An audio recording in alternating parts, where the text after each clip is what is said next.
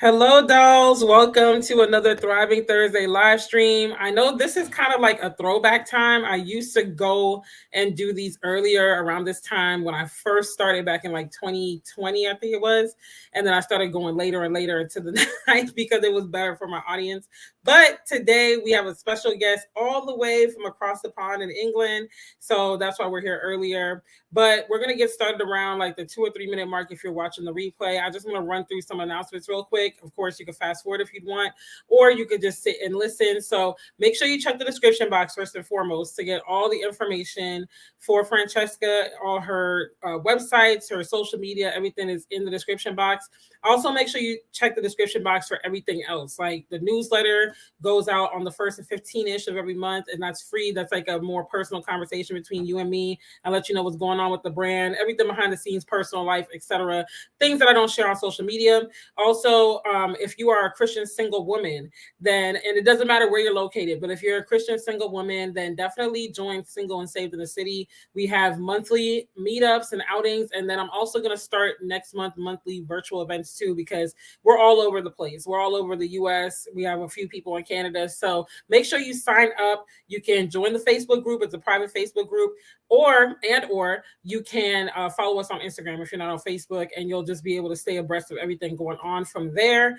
Also, make sure that you like this video. Okay, it is free to show love, and I know sometimes as a viewer, when you're just watching, you're just kind of like in the zone, you're not thinking about engaging, but definitely like likes, shares, comments, subscriptions, all of those things help a ton. So if you've been watching my videos, you haven't subscribed, go ahead and subscribe. I'd love to have you be a part of the family. And if you are subscribed, but maybe sometimes you just forget to like, then please remember to like this video. I would really, really appreciate it. So without further ado, we're going to go ahead and get started. Hey, Alexis, I'm glad that you're here.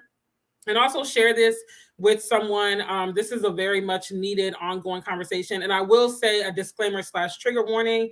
The topic might get, sensitive today, depending on how the conversation goes. So just know that we're not trying to offend anybody. We're not trying to trigger anybody. We're just honestly trying to have a transparent and authentic and transformative healing conversation around this. And so I just wanted to tell you that. So if at any point you need to click off, that's fine if you're too triggered, but hopefully you're able to come back at some point and watch, and then of course share this video out. So like I said, without further ado, I'm going to go ahead and introduce Francesca, and then I'm going to let her come on here and introduce herself more. But Francesca, like I said, she's in England, and she is an author. She's also the owner, founder of a therapeutic coaching program called the ReStart Therapeutic Coaching Program. And it's to help people that have gone through spiritual abuse and things of that nature. So I am going to go ahead and bring her in, show her a warm welcome, and then let's go ahead and get started. Hello, hello. Hi, it's good to be here. Good to be with you. I'm glad to have you here this afternoon or this evening for you. So Yeah. thank you, thank you. So before we get started, I always like to play an icebreaker game just to loosen this up and get us ready. So we're gonna play this or that. So I have 4 questions, and you can just tell me which Okay. one you prefer. So the first one: do you prefer road trips or to take a flight? Oh, take a flight. Okay, yeah. I'm more of a road trip girl just because it's easier. I like to have control over my schedule, but yeah. Hmm. So next one, do you prefer to sing or dance? Dance, definitely. Really? Yeah, I I love like to to dance. do nice. I like to do both at the same time. Okay. But do you prefer Christmas or Easter? I guess I would say Easter. Really? Yeah. Okay. Resurrection Sunday, all of that's good. Yeah, it's definitely some good festivities. I think I'm more of a Christmas girl just for the Christmas music and the Hmm. feeling in the air. Last one, do you prefer fruits or vegetables? Vegetables. Yeah, same. Yeah, I Same think that, here. yeah, there's so much variety. So I love that. Absolutely. You could eat it in so many different ways. So thanks for playing that game. So let's go ahead and dive right in. What or who is Francesca? Like, tell us who you are, where you're from, all the tea that you're willing to spill. Sure, absolutely. So, as you said, my name is Francesca. Everyone calls me Fran for sure, and I'm based in the south of England. I was born here, so I'm very much more of an English girl, and I'm a leadership coach. So that's kind of what I do. I really want to help other people lead their own lives and lead others well. I'm a speaker and author. I love all things purpose, and I love spa days. Like, it's just, for me, that is just such a great way to spend a day. And also walking in nature. I think green spaces are really, really beautiful. So that's me in a nutshell. Nice. I love spa days too. I actually need one. It's been too long, Mhm. personally. Yeah, you should book one. That's good self-care as well. Absolutely, absolutely. So, when did you first start taking your church attendance seriously and your church involvement seriously? And what was happening in your life around that time? Sure. So I grew up in church. I didn't go all the time, but from the age of about 7 or 8, as a family, we went really regularly. And then I committed my life to Christ at the age of 14 by hearing this testimony of this guy who, he's called we call him the jellyfish guy, who, got stung by jellyfish and died, and God showed him heaven and hell. And at that point, I realized how real my faith needed to be. And Mm. so I made a commitment when I was 14 and got baptized at 15. And then from there, just had prayer and being in the word and fellowshipping with other believers like part of my everyday life. Okay, okay. So, was anything in particular happening around that time? Would you say you were dealing with anything, or was it just like a typical teenage season? Yeah, I mean, it was a typical teenage season. I had started at a new high school, and I was struggling a little bit because I didn't really know where I fit in, and so I was getting a little, not too rebellious, but I was kind of hanging out with some older girls, and I think had the potential to be really influenced down a different pathway. But on the whole, I was a pretty good kid, like living quite healthily, I would say. But I think the opportunity to come into faith was really what drew me. Mm, okay. And that's a big deal, because church is really built on, or Christianity, not even just church, but it's built on community. And so the church Yeah. is really a central part of that. And that can really impact your life in so many different ways, which I'm sure we'll get into as the conversation continues. So I know that you are a survivor of spiritual abuse because I've seen some of your reels on Instagram. So can you share your story with us? Like, what exactly happened in that scenario? Sure. So, like I said, I got saved at 14, and then, stayed in the faith and built quite a strong personal relationship with the Lord. And then at 18, I left home to go to university. And so I moved out of my local area, away from friends and family, and joined a very different type of church that was different in its beliefs, its doctrines. Like, I almost felt it was this really different spiritual experience as well. And it was very Mm, exciting and, all consuming. And so I stayed in that church for several years. And initially, like, everything was fine. It was good. And we had lots of services. So I was like, wow, they're so committed because we're having church on Friday and Saturday and Sunday, and then like 7 day long, events. And so it was a lot, and it pretty much consumed my life. mm, And then, so my story is a little bit different in the sense that I didn't know I went through spiritual abuse until I'd left. But some of the mm. key things that happened that were a concern to me was a lot of the talk around, hey, you shouldn't be going anywhere else because this is the place where God is.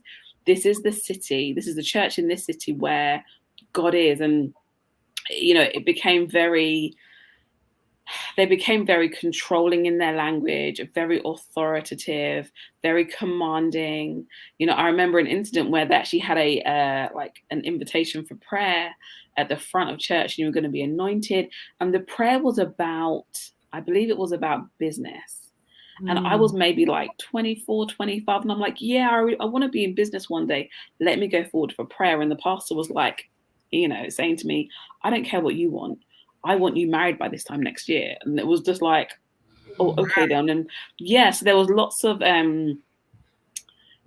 of controlling language and almost an ideology as to how your life should be in a certain direction. So a couple of serious incidents that happened was I went through a particular situation that I do write about in my book, but I don't talk about publicly because it's just so complex and multi-layered that I feel like it would just take way too long. However, something happened. I went to the pastor and I said, you know what, I need to step down from serving because I was a trainee minister at the time, and an incident had happened. And he had said to me, the only way for there to be reconciliation between you and God and me and you is if you pay a sin offering. Now, like when we talk about it in this setting, like it is shocking and it is like, what? That sounds absurd. But Yeah. when you've been in a church or an organization for years and you've built relationship with these people, like, you know, my whole young adult life was with this community, you trust their every word. And it's been so reinforced that this is the man of God, that actually, how could you not believe what he said? And so I did. I willingly took myself off to the ATM, withdrew a figure, you know, the suggested figure of money, and paid it, you know. And so it was done in his office, just me and him. He prayed for me, and it was almost as if this was the solution to the situation that I was going through. I stepped down from ministering for about a month with no support, no counsel, and then just straight back there. And so that was a really emotionally challenging time for me, as you can well imagine. And I didn't learn that that was wrong until a couple of years later. And so you almost have to process it again with the eyes of truth, but so much pain, because this person who I trusted, respected deeply, took advantage at a very vulnerable time. Wow. So with that situation, did you find that there was like groupthink or like a mob kind of mentality with the rest of the congregation as well? Or was it more so just like you and the pastor knew about this? Oh no, it was just me and the pastor knew about it, as far as I was aware. Yeah, it Oh. was. Yeah, I think this is one of the things about spiritual abuse. Lots of things are done secretly. Yeah, and some of the leaders who are spiritually abusive, they're not that way with everybody. And so for the majority of people, they see this incredible leader who is charismatic and caring and passionate. But then there's a few for whom our experience is very, very different, you know. And so, yeah, as much as I have my story, I've obviously worked with a lot of other people. I've got testimonies in the book from other people. And so you almost begin to see a picture of the certain traits and things that happen. And so leaving church or desiring to leave church is another way in which people come under spiritual abuse, because I was told, so in my case, the Lord actually told me it was time to go. And I was terrified. Like, I was so scared of leaving my church, because it had been told that God would never tell you to leave a church. And so in your head, you feel like, well, if I leave, I'm being rebellious. Or if I leave, I'm leaving God, because the messages are so powerfully shared. So I was told I didn't hear from God. And I was told that, you know, that isn't what he wanted me to do. And then I was also told, you know, well, who's ever going to give you the chance to speak again? You know, so it was like, it was really scary, and it was very overwhelming, you know, knowing that I'd been told to leave, but you're torn because you're scared to make that decision. And actually, that's so unhealthy. And I think in scripture, there was a time when a lot of Jesus' followers decided to leave, and he let them go. There was no discussion. There was no, well, you know, you're not allowed to. Actually, no, he let them leave. But yet, in some churches where there's a lot of control and manipulation, we're told differently. And so you leave with a lot of oppression and fear. That's so true. And you said some key things there too, just as far as like where it's not everybody that typically experiences the spiritual abuse. And so even just thinking about being in that position alone, you're already feeling like, okay, am I crazy? Was this something like, because everybody else is just like, man, this person is great. They're just, like you said, passionate, charismatic, just so personable. And so now you're already kind of like gaslighting yourself, like, okay, maybe it's not, maybe I'm reading too much into it. What's wrong with me? How come I'm feeling this way? Or I'm, you know, noticing these things. And then the other thing too that you said when you first started telling the story is that it was such a euphoric experience when you got to that church, and it was like so like eye-catching, and it consumed you. And I noticed that a lot in speaking with people that go through some sort of church hurt or spiritual abuse. It's like you're enthralled in this organization. Like you come, you're just like, wow, like I just can't get enough. You're drinking from the fire hose. You just got to be there all the time. And it's whether it's them saying you got to be here all the time, or whether you're just so intoxicated with it that you're like, I got to keep going back. And then at some point the rubber meets the road and you're like, wait a minute, like this isn't, this, it's really like my whole life is centered around this organization. And then if you are not the one whose life is centered around it, now you're the oddball out. Now you're like, not, you're seen as not as serious in your faith. Yes. And that's really crazy to me how that is like so common. Hello, Yasmin. I'm going to look at the comments real quick. Glad that you're here. Yasmin said that's true for a lot of people not realizing they're experiencing abuse until they learn something new. Yeah. That's where the unlearning comes in. True to the secrecy, especially when there's narcissism involved. Yeah, I don't know if that was her situation, but great point of comparison. Yeah, like that's absolutely crazy. So you finally leave the church, and what happens at that point? Did they like make an announcement about it? Was it like oh, she hasn't been here in a while, where is she? Like Yeah, so on the day, so I had gone to an event, so I had been rebellious because on the Saturday evening I'd actually gone to help serve with a different independent youth ministry, and it was during that service that the Lord had spoken to me about leaving.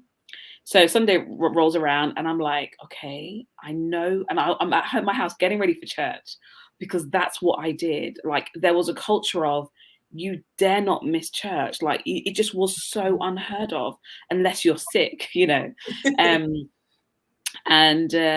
I remember getting ready for church, knowing the fact that the Lord had told me to not go. But I was arguing with the Lord saying, yeah, but how can I not go? And I began to say, because I help normally, help with the kids in church. I do admin. I help sometimes start service or do the prayers. And then the Lord said rebellion, and then split that word. It's like rebel lion. And it was so vivid that I couldn't deny it was a case of if I didn't obey, well, then I'll be rebelling against the Lion of the tribe of Judah, which is Jesus. So I was like, okay. So I actually rang the pastor and I said, I'm not coming to church today. And the tone of disappointment in their voice was just so apparent. And I again felt like, oh my gosh, am I in trouble? And it was really, really hard. And so I went to visit a friend's church with her. And in that church, this pastor said, there's some of you who need to come out from under a controlling spirit. And I felt like this spotlight had been, shone on me, and like, this was me, this was my story. And that was the first time I really had some language for what I had gone through. So by this time, I had then submitted a resignation, which, was really traumatic. But I spent a few months out of church, just at home, really lost, really not knowing. I didn't even know if I was a Christian anymore, because my whole life was structured around going to service maybe 4 or 5 times a week. And going to work. And that was like, so much of what I did. And then I did manage to find another local church, and I went in with like not even a guard. Like I went with a brick wall up. Like, man, who are you and what are you about? I'm just gonna sit here and watch you. And I really went in very, very defensive because I was so hurt and so broken. And even though I didn't have a full understanding or language for what I'd gone through, my soul felt what it felt. And so then I did stay in that church for 10 years and literally had to unlearn so many experiences and relearn what it meant to be free in Christ, what good and healthy leadership looked like. In fact, there was one situation, I've probably been there a couple of years, and the pastor and his wife had said, hey, Fran, can we go out for coffee? I was like, yeah, that's fine. We can go for coffee. So we went to this great little cafe and had a really good conversation. And then the pastor said, Fran, how can we help you? Like, how can we serve you?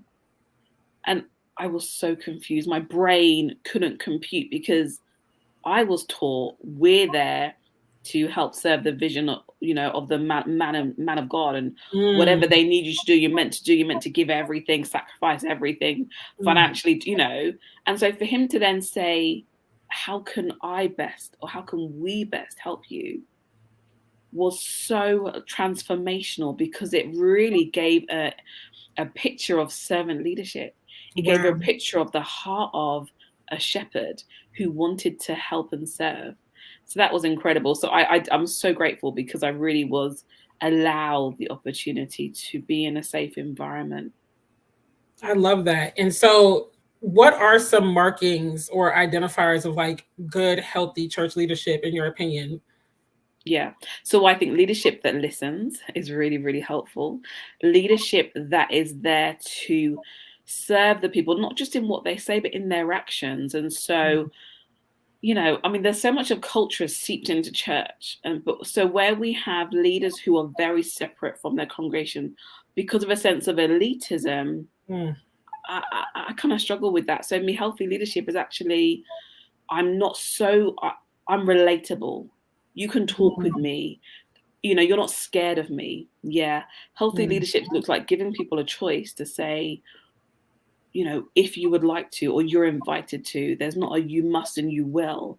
You're given autonomy over your own life as an adult to make the decisions, to decide what you do and what you don't do as well. I think healthy leadership looks like equality and fairness, where you're not favoring people because they're the bigger givers, or you're Mm. not favoring people because they're part of the special golden family of the church. You Mhm. actually see people through the eyes of Christ, and you see the value in an individual for who they are, not just what they can bring, not just for Right. their gifting, not just for their ability to serve. Mm.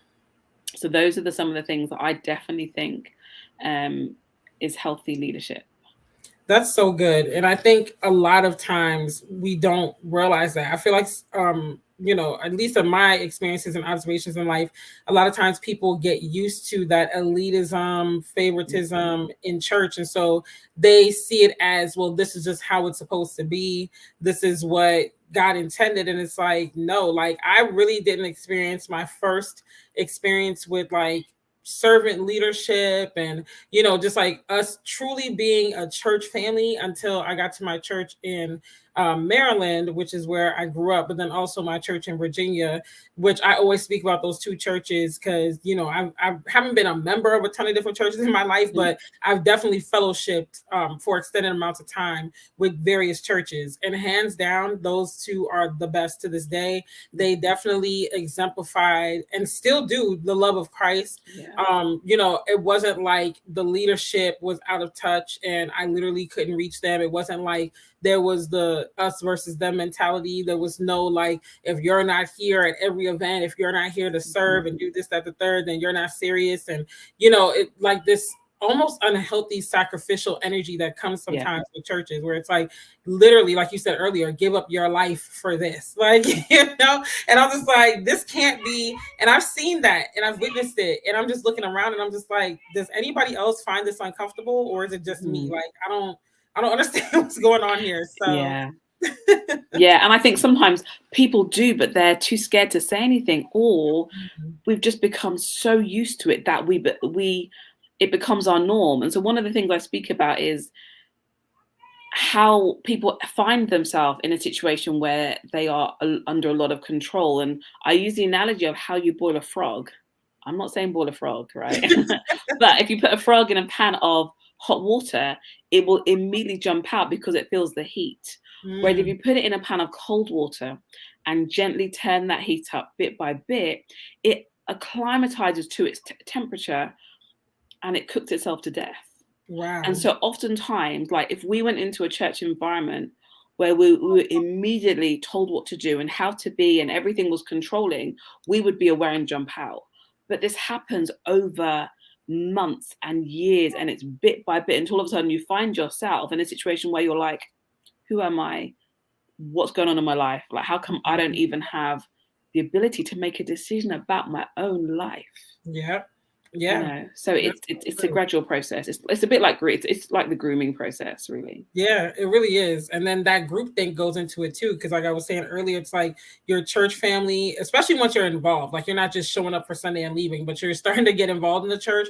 They really become like your confidants or like people that you care Yeah, about what they think. And a lot of churches I know sometimes can have that mob mentality where it's like, this is just what we do. And so it goes into mhm, that grooming process too. Like you wouldn't dare say anything against the mission or vision of the man or woman of God or whoever. It's like you got to just go with it, even if you're uncomfortable with it. And that is not a good place to be at all. yeah, It's very damaging, and it just leaves you in this fog, and you really question yourself, and like I said, you gaslight yourself. You don't even know anymore. And not to mention that alone can push a lot of people away from Christianity. Yeah. Because I know people, sadly, who have left the faith altogether. They've gone apostate because it's just like, I've unfortunately, for some of them, they experienced that kind of thing multiple times. And so they're like, okay, well, I'm done. At this point, if this is Christianity, I want nothing to do with it. And then others, it's just like they experienced it once, and they, even if they didn't become apostate, they're like very, very far removed from it. Like they might acknowledge God, but that's it. And it just damaged their relationship and their whole view of like what God wants for us and what he expects, and constantly feeling like they're like God's angry with them or what have you. So it's so layered. It's so layered. Yeah, it really is. And you're right. That is, to me, the saddest part, when people leave not just the church environment, but they leave the faith entirely because of what was done by people who were meant to represent God. You know, there's one time I went to actually a business networking event. And at the time I was running a Christian business network as my full-time job. And when I told this lady what I was doing, her face just turned, like she was so appalled. And all I was thinking was, wow, what have you been through that you would feel so strongly in a negative way that I said I was a Christian running this Christian business event? And so, yeah, sadly, a lot of people do leave the faith because of it. So sad. So sad. Hello, Layla. I'm glad that you're here. So going back to your story of the spiritual abuse, did you confront anybody at the church about the abuse, whether it was when you were there or after you left? And if so, did you feel like they truly heard you or not? So once I left the church, it was probably a year or so later, I was actually going to a Bible study. And that, you know, from some of the teachings, that's when I really learned that what I'd gone through was spiritual abuse. And I was so devastated and so broken that all I could do was just focus on trying to heal and trying to be okay, that I didn't have the strength or the energy to go back and confront. And also I find that people who are controlling and manipulative and abusive, to confront them can put you at a more vulnerable place, because they often are going to throw it back in your face in one way or the other. And so for me, that wasn't the right route at all. And because I knew behind the scenes, and there were ways that information was shared to literally pit leaders against one another's, I was like, what's the point? And it was an independent church which had a family structure. Okay. And so then to go to someone's family member and make a complaint, again, that was not going to go anywhere. And so it wasn't right for me to actually go ahead and do that. I mean, and I have seen them since, and had some, you know, interesting dialogue. But I think healing and forgiveness is a journey that can be taken between you and God entirely. And one of the things that really hindered my own healing journey was where I was like, but God, if they've never acknowledged that what they did to me was wrong, I'm never going to hear an I'm sorry. So how do I forgive without an I'm sorry? And just God walked me through that process, which then became so liberating, because if I were to confront them and they denied it, well, then I'm left where? I'm just left just trying to struggle again. And just, I mean, at that point, it would be like double the damage, because it's like, man, like you did this to me, and then you're gonna sit in my face and just like not acknowledge it. Like, that would just be even worse, honestly. Yeah, exactly. And I mean, and I do think there are some incidences, and depending on the, you know, spiritual abuse is like a spectrum, isn't it? So for some people, what's done to them is damaging and abusive, but it's not illegal in the sense that it doesn't it doesn't constitute a crime. But for some people, what they've gone through, actually, you could take someone to court for that. And so I think depending on the nature and the type, it depends on then how you would deal with that. And so here in the UK, there is a charity that people can go to actually kind of make, just get some support with how to take things legally, or of course going to the police. But it's such a complex situation that I personally think that we can delay our healing if we're so keen on getting justice at a particular time. Yeah, absolutely. So would you say, like, the minute somebody recognizes or might have an unction that they're in the midst of spiritual abuse, should they automatically just separate from that organization, or do you think it should be like a process? Like, how do you think someone should navigate that? I think it's very individual. I think it has to be done prayerfully. I would say with counsel from an independent person outside of the organization. But my thing is, do what you need to do to keep yourself safe. And so if going to church is giving you anxiety or you're having PTSD, you need to make a decision as to what is safe for you and what that looks like. Because I will say that in a similar way to domestic violence, you know, when someone leaves that home, that's when they become most vulnerable. Similarly, when people leave churches, they also become incredibly vulnerable, and they can be subject to more abuse in different ways. And also you sometimes leave your whole support system. And so then you have to have the ability to navigate that well without it sort of sending you down a really wrong path. So I have supported individuals who've had to leave their churches, even move out of their areas for, you know, to keep themselves safe. Whereas somebody else, she really felt called to stay in that place to make sure that the abuse didn't continue for other people. Oh, okay. Which I was like, wow, like, and at the end of the day, if she felt that's what God said, well, then there has to be so much respect for that decision. Yeah. You know, and so I have, again, walked people through like an 8-month journey of trying to leave and leave safely. But it's different for every individual. But I definitely bring it down to the value on your life based on what Christ did. Absolutely. Yeah. That's so true. And, you know, I always say this to, like, me and my family, we talk about this. And I don't know how it is in England, but I know in the US, especially in the South where I live, churches are a dime a dozen. Like, literally, you could throw a stone and hit like 10 churches. But I always tell my family, like, you know, if, to me, I feel like if you're experiencing anxiety or PTSD and things of that nature, then it's like, leave. You know, there's so many other great churches and organizations where it's like you can get that sermon. But of course, you know, pray first, see where God will have you, and see what makes sense for you. But ultimately, your well-being and your discipleship in a healthy way is the most important. So yeah, definitely. Yeah, I would definitely say see God on that. And hello, Jesse. I'm glad that you're in here. So, what are some signs of spiritual abuse? Like, how can someone recognize it? Kind of on the spectrum. You could give us some from like low end, middle, and then maybe like high end. Yeah. Okay, so there's a list. There's a lot of them. There's a lot of different things. So in my book, I think I've got 35 signs of spiritual, abusive, and toxic leadership. So I think an elitist attitude, which says that they're the only ones, is very dangerous, because that's veering into a cult-like situation. And also they have an agenda to separate you out from friends and family, to have more control. So that's definitely a sign if they're telling you to leave your friends, leave your family. If they are telling you to do things that are against the law, that's a sign of toxic leadership.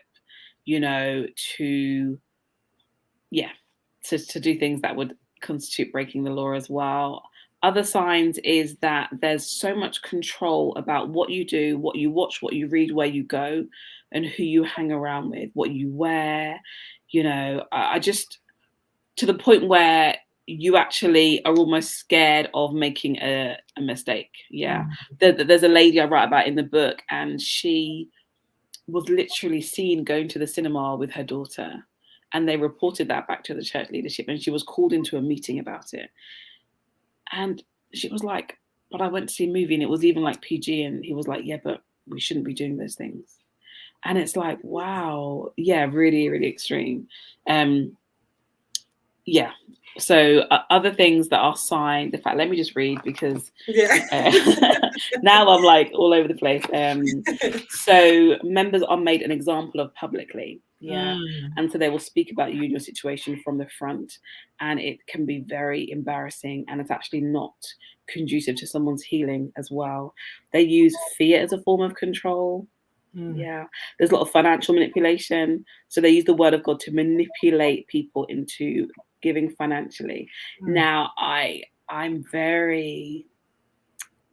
a lot of feeling around the whole sowing certain amounts of money, which make it such a spectacle. Yeah. Mm-hmm. So if you can give $1,000, come up to the front. And what happens, people then feel pressurized to give what they don't have because they don't want to be seen to be not giving. Yeah. And I don't see a biblical reference for a leader saying, this amount of money or $500 and then almost a threat if you don't. Yeah. People can feel threatened that they don't as well. Other things, they make everything about them, their name, their ego, their image. Like they want to be worshipped. They want everything to stop for this person. There's a quote, I think by a guy called Lance, and I forgot his last name, but he says, if Jesus is not the most important person in a church, that's a problem. And, I'm paraphrasing. He said he should be spoken about the most and revered the most. Because if not, well, then why are we worshipping a leader? Yeah. And the last one I will say is they threaten to curse members if they leave the church. And that's a big one. That does happen an absolute lot as well. So I mean, there's a lot, and they vary. So they also call people witches or Jezebels. That's very common if they disagree, or if they leave as well. And when people go from church, they are seen as the enemy. So never mind, this was sister or brother so-and-so, you are now an enemy because you chose to leave this place. Yeah. Yeah. Wow. That's really eye-opening, because just hearing the few indicators that you read, it's like there's a lot of spiritual abuse going on, like, and it's masked as like what's the word I'm looking for, like anointed or something like that, and it's just like, nah, like, and that last one that you said about leaving the church or seen as the enemy, that's huge. Like I've seen people that were completely embraced, just completely like, just you don't exist anymore. People will walk past you like you don't even, like you're not even standing there, like they don't know you, they've never seen you a day in their life. And I'm just like, I don't like that. Like I don't know why we do that. Like I know there's a part of us as humans that's quite tribal, and we want to be around people that we feel we resonate with and relate to, but at the same time it's like, you shouldn't only respect me or only show kindness and love towards me if I'm sitting with you next to the pew, in the pew, sitting next to you in the pew, or if I'm serving in a certain ministry or whatever. Like that really bothers me. That really does. And I think that keeps people bound in churches longer than they should be, because they're thinking about all of that. It's like, well, maybe, and especially if they're in a situation in life where they're reliant on these people, like maybe they have physical limitations and they're like, okay, well, these people give me rides to the grocery store, these people do this and that. So now you're like, okay, if I leave, they're gonna, all of that's gonna be gone with it. So who do I lean on? Who do I go to for help? And so now you're in this toxic church situation when you should be gone, because you're reliant on them and they've become your source of like, just support and encouragement, et cetera, et cetera. Yeah, it's really tough. And I think for those places where they have isolated you from your friends and family, even more so, because then you are left alone, like completely alone with nobody, and it's hard to almost start afresh. Yeah, it really is. It's not easy to find a church that you resonate with and then get, plugged in and really form relationships and all. It's a lot of work. I'm kind of in that process right now with my family. So, even just having this conversation is definitely eye-opening to me about some things that I've witnessed along this journey and stuff. And I'm like, okay, God, that's confirmation. Thank you. Like, don't need to go back there, or don't need to deal with this or that. So that's definitely very eye-opening. So do you find that people can be emotionally torn when they are experiencing church hurt? Like they can love some parts of the church and the experience and then not like other parts. And how do you think that can impact their response to the church hurt overall? Yeah, absolutely. So as humans, we're really, really complex, and everything's like intermingled and multi-layered. And so even for myself, like my pastors at the same church where I experienced church abuse were also amazing at times. Like how they treated me and opportunities they gave me was phenomenal.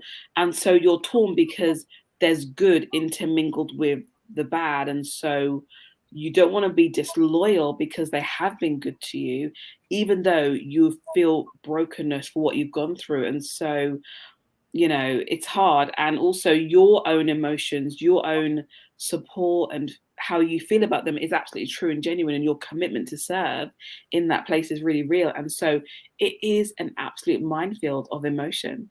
And then you feel guilt and shame because you feel like, but hang on a minute, what if I've got it wrong? What if it's me? What if actually I need to change and I'm not doing enough, or I'm not serving enough? It's hard to navigate through by yourself. I mean, I did get some amazing counseling to support. Man. Yeah, I find that I felt kind of guilty for liking some parts of the churches that I've experienced church hurt from, because it's just like, man, like, why do I enjoy this part of it? Or why am I even emotionally torn? It should be a no-brainer. I should be out the door. But it's just like, but I really enjoy the worship here, or I really enjoy, the way, even though the leader might be toxic and spiritually abusive, it's like maybe the way that they deliver the word is very unique, or maybe you like the social calendar and stuff at the church. It's just so many different things, and so you can find yourself like, well, I really like this, but I should I even like it, because this is the place where I'm experiencing this hurt. It's really, really, really, really odd, and it's definitely a dichotomy for sure. Said, oh, go ahead. I'm sorry. No, I was going to say that I think sometimes the right decision isn't always to leave if the leadership are willing to address issues that they have or that they see in their church, because sometimes it's actually the members of the congregation who are spiritually abusing other people, right? And so I think if there's a culture of honestly authentic repentance and wanting change, well then, hey, we can work with that and stay in it, because there are so many good things. But it's when that's lacking and there's no acknowledgement that then becomes harder. Yeah, absolutely. And then that would take conversations on both parties. So, you would have to reach out to whoever it is, I'm assuming, or whatever the process is in your church for those who are watching. If you're like, okay, well, I don't feel led to leave, then, as Francesca is saying, and even me now, go through that process, and maybe reconciliation is there, maybe repentance is there, but ultimately I would not keep beating a dead horse. If you try and it's not, it's not getting anywhere, then it's like, it's time to leave. But Jessie said she can definitely relate to some of the parts from a past church of the church hurt and different triggers or indicators. So how has your faith been impacted personally by spiritual abuse and church hurt? So initially, I would say that my faith in church and ministers was really impacted. And so I write about the fact that I hated leadership. Like, I couldn't stand leadership. I didn't care what title you held. I didn't care. I was just so grieved by them that I was then very standoffish. And, I'm a dance minister. And so sometimes our team would go minister in places. And like, I'm there to minister, but I'm like one eye thinking, what's their real agenda? What are they really about? And so I really had to like heal from that, because God called me to leadership and everything else. So that impacted my faith quite severely. But I also saw how specific God was in setting up situations to teach me about healthy leadership and teach me that there's another way and that not everybody was a particular way. So like the first Sunday evening service we went to at my new church, this homeless looking guy had come in, because the church was based, like, I guess you call it a front store church, was based like in a town centre. And so this homeless guy walked in, and I immediately was feeling anxiety because I was scared, because in my previous church he would have been kicked out, like physically removed by the ushers, whereas here I didn't even know who the ushers were. So this guy sits down at the back of church, and then he starts interrupting what they're saying, like getting up. He's a little bit drunk. And I was like, oh my gosh, it's all going to kick off. Like, what's going to happen? But the pastor paused his preaching. I don't know if it was the wife preaching, but one of the paused their preaching, and both the pastors walked down and greeted the man in the middle of service and just spoke with him and encouraged him, and then told the church to stop being offended by his language, because this is what we're here for. And they eventually calmed the man down, and then, service carried on, and they got him like a cup of tea and biscuits at the end. And I was like, this is good leadership. This has restored my faith in understanding that leaders are not there for themselves. Like, other people could have been like, well, hey, I'm in the middle of preaching my sermon. You need to sit down and listen to this because God gave me this message. Yeah. But yet their attitude was so, so different. And so that really helped to rebuild my faith, and in so many other little things that happened to really make me understand that, you know what, there is good and godly leadership out there. Wow, that's beautiful. And then I know earlier you had said that you were questioning at one point if you were even a Christian because of the church hurt. Yeah, so I was questioning it because I wasn't going to church. So because Mm, for the last, like, 10 years, I was going to church Friday, Saturday, Sunday, and Sunday we had like 3 services. On a Wednesday we had deliverance. Then we had, like, my faith journey had been really centered around my church. And so it got to the point where I wasn't even really studying my Bible except to prepare to preach a message. And mm, so then when I was home and not going to church, I was really lost as to, well, what does my faith look like outside of the four walls of a church and just serving in ministry? Um, but I think because of my foundations in faith, I very quickly realized, yes, I'm still a Christian. Yes, I'm still, the Lord still loves me. I still love him. And then and then going back into church, but it was done very differently. There was another incident where at my new church, I think I'd missed a service to go visit with family. So then mm. the next Sunday I'd come back into church and the pastor's wife was like, "Hey Fran, we missed you last week." And I heard, "Where were you last week and why weren't you here?" Yeah, because Mm. of trauma really is like a filter for how we see and hear things. So I was like trying to explain away that, oh my gosh, no, I had a family situation, and da, da, da. And she said, "Oh well, we thought you were just having a nice Sunday off." And I literally was like so confused. I was like, oh, that's blasphemy. Like, what do you mean I would just choose to take a Sunday off church? It was like, yeah, there was a lot of unlearning to be done. A lot of unlearning to realize that, God is okay for me to have a Sunday off. And actually my Yeah, relationship with him outside of church is so important than just what I do on a Sunday. And so that right. was definitely part of the journey.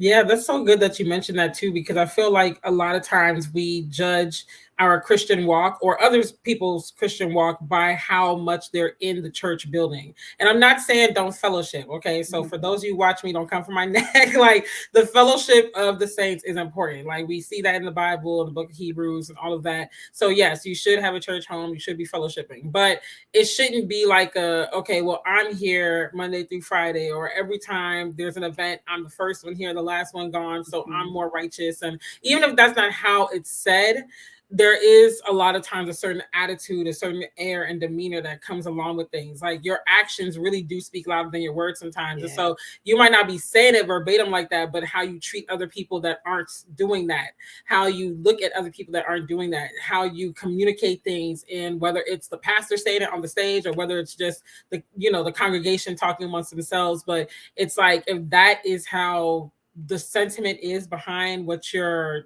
carrying yourself like, then that's a problem, because at the end of the day it's like that we don't go to church to be saved. You don't go to church to prove our Mhm. salvation. Like that is really just for the sharpening, discipleship, and like education and whatnot, pruning of the saints. But if you were to never make it to a church building for a season or whatever, that doesn't mean that God has left you or you're not serious or anything like that. Because prime example, like when my family moved down to Atlanta, I'm originally from the Washington D.C. area. It took us a while to get into a church. I mean, we moved here, we went through a lot of different stuff, homelessness, all that. By the time we got settled, COVID hit, so nobody's going to church at that point. Mhm. And a lot of people, I mean, some places were still meeting or whatever, but for the most part, people were virtual. And so some people over time were just like, well, you haven't been in a church building and this and that, and almost like questioning my salvation. And I was dating this Mhm. guy at the time who he kind of had that air too. He didn't say it in those words, but he said it in not so many words. Basically, that's what he was trying to get to. And so I also had a moment in my life where I was questioning my salvation, plus just the fact that I don't exhibit certain gifts. Like, I'm at the time I didn't have the gift of tongues and all that. So it was just, that's a whole nother story in and of itself. But needless to say, it was just like so many things that made me think, okay, am I saved? Because I'm not in the church. I don't have such and such gift, whatever. But at the end of the day, I can look back and say that personally, I can't speak for anybody else, but personally, my relationship with God really got amazingly wonderful during the pandemic, where I know, everyone was in different spaces. Some people, they kind of drifted off, but for me, it's like I clung to God even more. Mhm. So, you just really can't judge just because someone might not be in the church on a particular day of the week or a particular Sunday service or whatever. That doesn't mean they're falling away. That doesn't mean like they're on the verge of becoming apostate, So it's just like we gotta give each other a little bit of grace and not attach our salvation and our walk so much to our physical presence in a building, or how much we serve, or how much we can prophesy or speak in tongues or whatever. Like, it's so much deeper than just that. But yeah, absolutely. And it reminded me of, so when I went to my new church, I wasn't allowed to serve. And again, I was so confused because I think they were so gifted to really understand that, okay, Fran's been through a lot of trauma. She doesn't understand it, but we know that she can't serve right now because all she did was serve. I probably served on like 4 or 5 teams. And so I also based a lot of my acceptance and a lot of my belief in myself based on how I was serving. And so I had to unlearn that coming to church on a Sunday and just sitting down and doing nothing, that was okay. That God wasn't mad at me because I wasn't ushering or serving drinks or doing do you know what I mean? Like, I'm allowed just to sit in God's presence and just to be. And so when you were saying about, it's not an indication how much you serve as to your salvation. Oh, absolutely. And there are seasons that I believe we do desperately need just to sit down and not do anything, because we can almost get into a performance culture where we are there just performing, thinking that that's going to earn us, and it's about through the works, where it's not. That's so good. Sometimes you need to sit down, okay? Sometimes you need to take a seat. And you got to understand, too, the different seasons God has you in. Like, I know for me in this season of my life, I don't have the bandwidth to serve on 5 different ministries. I don't even have the bandwidth to serve properly in one ministry. And that's the kind of honesty that not everybody's comfortable with, because then it's like, I find that a lot of people would try to force it. And then you're not really helping out. Honestly, you're slowing up the progression of everything, because you're wearing yourself thin. You're not able to show up how you should in a healthy way for the ministry that you're serving for. And it's just like a lot of confusion. So sometimes it's better to just say, you know what, this is my sit down season. This is my season to focus on this over here, or to do that, or whatever. So don't be afraid to do that. Yeah, I love that phrase, my sit down season. Yeah. Yes. Yeah. Oh my gosh, absolutely. It's so, I think sometimes we don't realize just how important that is. And also realizing that, you know what, we're a body, and the body has different parts. And sometimes we are holding on the process because someone else can be serving in that way. And we don't have to be serving all the time. Like, it's okay to sit down. Jesus rested. Yes. He rested. I think we're meant to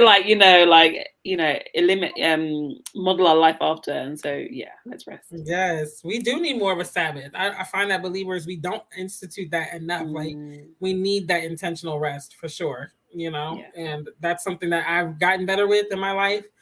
And I don't play about it. Like, when it's my rest day or time or hour or whatever, it's my rest time. So even my son understands that, and I'm a single mom. So that's good.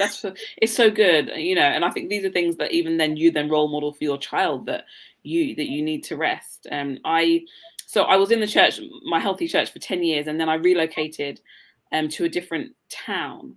So I've been here now for a year, and so I joined a new church, but for a year I just attended. I didn't serve. And only now, I've been there a year, am I just dipping my toe in the water to serve, because I no longer feel that God would be mad at me for not serving in church. There's so much freedom that healing brings. That's so true. So true. It doesn't have to be like bondage, walking with Christ can honestly be freeing in every aspect of your life. We make it more complicated than it needs to be a lot of the time, honestly, but you leave it to us, and that's what humans are going to do. So how did the ReStart Therapeutic Coaching Program come about, and what does it entail? Sure. So in lockdown, so 2020 quarantine, we call it lockdown over here. So it starts with the book, really. So in the February, I really felt the Lord tell me to write a book and gave me the title Surviving Spiritual Abuse. And I was not going with the plan. I was like, I wanted to write a different book. So I kind of was hesitant, but then it was so strongly. So I wrote the book Surviving Spiritual Abuse hope, healing, and restoration for those who've experienced hurt in 2020. I got to the end of writing, and then the Lord said to me, you need to do a coaching program. And I was like, because as much as coaching is my profession, and I got my master's degree in it, and I do it, love it. My thing was, yeah, but people who've been abused, they need counseling. Like, they're not okay. They've gone through trauma. But over time, I kind of got to the understanding that, yes, you need counseling, but then coaching helps you to look forward, and it helps you to imagine your future. And so what I did as a qualified coach was work with a qualified psychotherapist to create this therapeutic coaching program. And it's ReStart because we want people to restart in their relationship with God, to restart in their understanding of themselves, to have a restart in their faith and their hope journey. And so wrote the program in 2021, delivered our first cohort beginning the end of 2021 to this year. And it was a 7-month program, and it was amazing to journey with a group of women. It was all women on a healing journey, because they'd all gone through different forms of spiritual abuse. Some was current and some was historical, but they all needed freedom. Wow. That's awesome. So what are some of the things that you guys do during the cohort? Yeah. So we do ask people to share their story, to actually have the courage to face what has happened to them. We also talk about identity. We talk about what are some of the core beliefs that may have contributed to your own story, or even where you are today. We look at the love of God, and we look at forgiveness from on all levels. So we look at it from a physiological level, looking at your brain and how unforgiveness affects your brain, as well as from a spiritual aspect, and then support people through that journey. And then we really sort of end the last sessions around your vision, your purpose. How are you living out the life God called you to live? And so it's a journey we walk people through with the aim of supporting them to be healed and to live more freely, particularly if they feel like they've been in a cycle of abuse. It happens quite a few times. Interestingly, I have found that often it's not just spiritual abuse. There was other forms of trauma that happened along their life that actually spiritual abuse has become a part of. So what would be some of those other traumas that you noticed? So childhood trauma, narcissistic parents, domestic abuse, sexual abuse, which obviously does come under spiritual abuse as well. But yeah, those really also came into some of our discussions.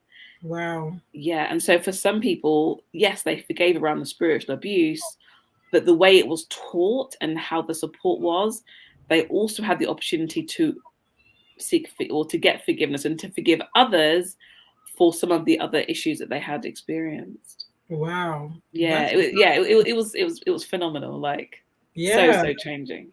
And it almost makes me wonder, like, if you have experienced past traumas, does that make you more susceptible to church and spiritual abuse and trauma? Like, I'm kind of curious to know the correlation between those. Sure. I mean, I do think there are definitely some vulnerability factors that people have in terms of spiritual abuse. And so I would argue that everyone who's spiritually abused loves God so fiercely that they are willing to serve, and actually often don't have boundaries in place because their heart is so giving and loving that other people see that and then they take advantage. So that is definitely a common thing. And at the same time, for some people, if they've had a history of trauma, their perception of right and wrong, or their perception of acceptable and unacceptable, can be skewed. And so where somebody who has not had as much trauma would immediately see a red flag, another person would not, because it feels a bit like what happened with so-and-so in a different place or a different situation. Yeah, so it almost, trauma becomes your norm in a way, where you're just like, okay, this is just life. Like, it is what it is. Yeah, absolutely. And the last thing I'll say about this is honor culture. And so in some communities and cultures, there is so much honor and respect given to leadership and to parents that you dare not question what they say or do.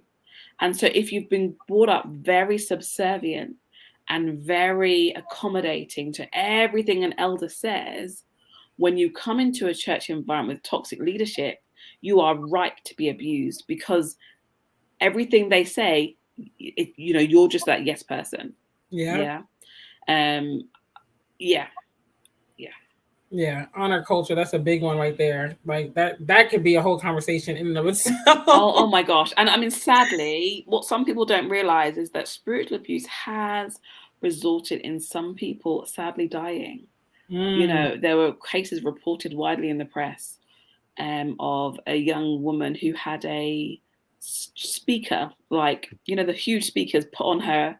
I don't know what for a reason she passed away, sadly. Wow. Yeah, there have been people who've been made to go outside and eat grass like they're cows. Again, that was reported. And there's images online and stuff. People eating, drinking, like so much stuff in the name of obeying the minister of God. Wow. So, I mean, people send me clips, and I have to just really pray, because it's really traumatizing, because the people, their heart is so much that they want God, or sometimes they want from God, which is another vulnerability, but that just gets taken advantage of. Yeah, like I can't even imagine. You have to be in a unique mental space to really do those type of things, and to it's definitely got to be some prior exposure too, I would say, because if anybody were to just come up to me and be like, okay, yeah, eat grass, I would be like, just like absolutely not, so yeah, it's so layered, and it's definitely a grooming process, which is unfortunate. But do you have any closing words of encouragement or insight or advice for the viewers and listeners? Yeah, absolutely. I definitely want to encourage people that they can heal from spiritual abuse, and they can restore, and they can become everything that God desired for them to be, leaving the resentment and the bitterness and the forgiveness, because what happened was wrong and it should never have happened, but we can still overcome and be healed from it. And just remember that the value that God placed on your life was Jesus. And how dare anybody abuse us when Jesus died for us to give us life, and an abundant life. And so just be encouraged. In this spiritual abuse community, a lot of people are still walking around very wounded. And so their message is often very anti-church and anti their faith. And so I'm so grateful that when I get to share, I share from a perspective of somebody who loves the Lord deeply, serves God, serves ministry, and attends church regularly, in spite of what I have gone through. Because that's not my identity. It's not in what I've gone through. It's in who Christ made me to be. Amen. That's so true. And it's also, I love what you said about not growing hateful towards the faith, because ultimately it wasn't God and, Christ who did you like that. It was humans and, abusing the word of God and taking advantage of it. So thank you so much for sharing. Do you mind saying a prayer for those who have suffered with spiritual abuse? Yeah, okay. Absolutely. Yeah. Heavenly Father, I thank you that your love is incredible, and you see so much what everyone has gone through. Father, I thank you that you knew that they'd be here listening to this podcast and just hearing what we've been sharing. And I pray that you would heal their hearts in ways that only you can, that you would restore in such a way that the brokenness wouldn't damage them any further, but instead, as they heal, there will be a scar of what's happened, but there'll be no pain because the wound has been healed. Father, I pray that you would give everyone the wisdom to know what decision to make about leaving unsafe environments or addressing things that are incorrect, so that your name might be glorified and that people wouldn't be a stumbling block for others coming into their faith. I thank you that you desire us to be healed and made whole. And I thank you that you're able to do this in Jesus' name. Amen. Amen. Thank you so much for your time. Bless you. This I'm sure won't be the last, but I appreciate you coming and just sharing your transparent story, but also the love of Christ with everyone. Thank you so much for having me. It's been a pleasure to be here, and I'm glad I could have shared. No problem at all. I'm going to go ahead and let you go because I know it's nighttime over there. Thank you so much. No problem. Have a good night. Take care. Bye, everyone. Bye. All right, y'all. So thank you for joining in. I know this is earlier than usual, but I appreciate all of the support. I hope that this conversation was informative and transformative for you. It's definitely been eye-opening for me. Like I said, you guys know I'm on my church hunting journey. So definitely things that I'm praying about, seeking out, and things that I've been pondering about as well. But don't forget to like this video. Definitely don't forget to check the description box to check out Francesca's book, her website, her Instagram. Everything's down in the description box. You'll see it. So definitely show her some support. Refer her to people that you think that she can possibly help as well. And I will see you guys on Saturday. Saturday, we have a special live stream. I know I don't usually go live on Saturdays, but Saturday afternoon, we're going to have another domestic violence testimony. So I'm excited. I'm going to have Alicia Meeks, the founder and CEO of Spoiled Wives Club, on here. She's going to be sharing her story of overcoming, not only going through it, but overcoming and now being the spoiled wife and successful woman that she is. So I'm excited to have her here. I believe it starts at 3 p.m. on Saturday, but you'll see it. Just type in Daily Dell on YouTube. You'll see it. And don't forget to like it. Don't forget to share it out. I'll see you here 3 p.m. Eastern on Saturday, 2 p.m. Central. Share with a friend. And I apologize for the poor lighting. I'm only now realizing that the sun has shifted. And so I look very washed out and the lighting's very dark. So I apologize for that. But you know what? You got the information. So that's all that matters. But love y'all. Be safe. Have a great night, a great weekend. I will see you here on Saturday. And just be safe. Love y'all. Bye.